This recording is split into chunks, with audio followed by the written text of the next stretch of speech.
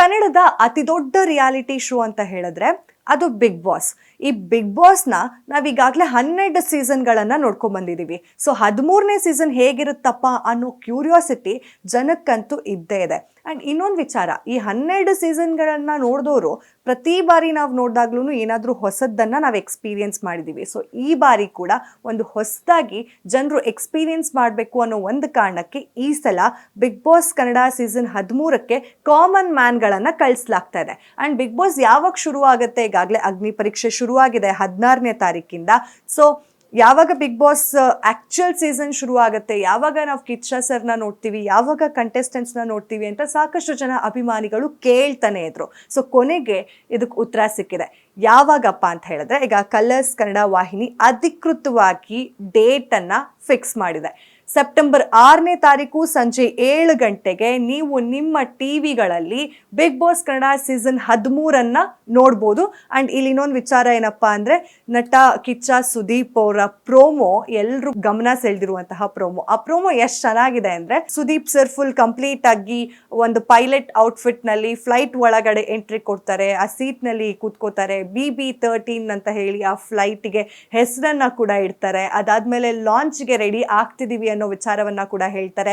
And journey ನಿಮ್ಮದೇ ಆಗಿರುತ್ತೆ, ಆದರೆ ಟ್ರಾವೆಲ್ ಮಾಡ್ತಿರಲ್ಲ ಆ ಡಿಸ್ಟೆನ್ಸ್ ಅದು ಯಾವುದು ಕೂಡ ನಿಮ್ಮ ಕಂಟ್ರೋಲಲ್ಲಿ ಇರಲ್ಲ ಅನ್ನೋ ಒಂದು ವಿಚಾರವನ್ನ ಕೂಡ ಹೇಳಿದ್ದಾರೆ.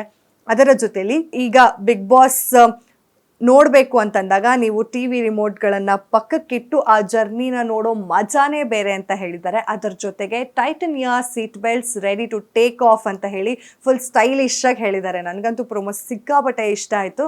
ಆ್ಯಂಡ್ ಅದರಲ್ಲಿ ಕೂತಿರುವಂತಹ ಕಂಟೆಸ್ಟೆಂಟ್ಸಿಗೆಲ್ಲ ಮಾಸ್ಕ್ ಹಾಕಿಸಿ ಕೂರಿಸಿದ್ದಾರೆ. ಸೊ ಅವ್ರಿಗೆ ಎಷ್ಟು ಭಯ ಇದೆ, ಎಷ್ಟು ಎಕ್ಸೈಟ್ಮೆಂಟ್ ಇದೆ, ಎಷ್ಟು ನರ್ವಸ್ನೆಸ್ ಇದೆ ಅಂತ ಆ ಪ್ರೋಮೋ ಅಲ್ಲೇ ನಮಗೆ ಗೊತ್ತಾಗ್ಬಿಡುತ್ತೆ. ಆ್ಯಂಡ್ ಸೆಪ್ಟೆಂಬರ್ 6ನೇ ತಾರೀಕು ಯಾರೆಲ್ಲ ಕಂಟೆಸ್ಟೆಂಟ್ಸ್ ಹೋಗ್ತಿದ್ದಾರೆ ಅನ್ನೋದ್ರ ಜೊತೆಗೆ ಹೇಗಿರುತ್ತೆ ಸೀಸನ್, ಎಷ್ಟು ಟಫ್ ಫೈಟ್ ಇರುತ್ತೆ ಇಲ್ಲಿ ಅನ್ನೋದು ಕೂಡ ನಾವು ನೋಡ್ಬೋದಾಗಿದೆ. ಆ್ಯಂಡ್ ಆಲ್ಸೋ ಇನ್ನೊಂದು ವಿಚಾರ, ಈಗಾಗಲೇ ಅಗ್ನಿ ಪರೀಕ್ಷೆ ಜೋರಾಗೆ ನಡೀತಿದೆ. ಅಗ್ನಿ ಪರೀಕ್ಷೆಯಲ್ಲಿ ಒಂದಷ್ಟು ಜನನ್ನ ಸೆಲೆಕ್ಟ್ ಮಾಡಿ ಸ್ಟೇಜ್ಗೆ ಬಿಟ್ಟಿದ್ದಾರೆ. ಅಲ್ಲಿ ಜಡ್ಜಸ್ಗಳು ಅಂದರೆ ಶ್ರುತಿ ಅವರು, ಸಂಗೀತ ಶೃಂಗೇರಿ ಅವರು, ಹಾಗೆ ವಿನಯ್ ಗೌಡ ಅವರು, ಚಂದನ್ ಶೆಟ್ಟಿ ಅವರು, ಇಷ್ಟು ಜನ ಕೂಡ ಜಡ್ಜಸ್ ಆಗಿ ಕೂತ್ಕೊಂಡು ಅಲ್ಲಿ ಬರ್ತಿರುವಂತಹ ಕಂಟೆಸ್ಟೆಂಟ್ಸ್ಗಳಿಗೆ ಒಂದಷ್ಟು ಟಾಸ್ಕನ್ನು ಕೊಡ್ತಿದ್ದಾರೆ. ಆ ಟಾಸ್ಕ್ನಲ್ಲಿ ಅವರು ಸೆಲೆಕ್ಟ್ ಆದರೆ ಇನ್ನೊಂದು ರೌಂಡಿಗೆ ಸೆಲೆಕ್ಟ್ ಆಗ್ತಾರೆ. ಸೊ ಕಂಪ್ಲೀಟಾಗಿ ಈ ಪ್ರಾಸೆಸ್ಸು ಒಂದು ಫಿಲ್ಟರ್ ಮಾಡೋ ರೀತಿಯಲ್ಲಿ, ಅಂದರೆ ಲಕ್ಷಾಂತರ ಜನ ಆಡಿಷನ್ ಕೊಟ್ಟರು, ಅದ್ರಲ್ಲಿ ಫಿಲ್ಟರ್ ಮಾಡಿ ಒಂದಷ್ಟು ಜನನ ಅಗ್ನಿ ಪರೀಕ್ಷೆಗೆ ಸೆಲೆಕ್ಟ್ ಮಾಡ್ತಾರೆ.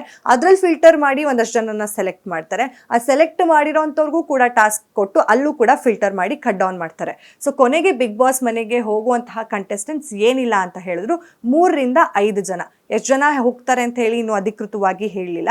ಅದ್ರಲ್ಲಿ ಸೆಲೆಕ್ಟ್ ಆಗೋದು ಬರೀ 3 ಇಲ್ಲ ಅಂದರೆ 5 ಜನ.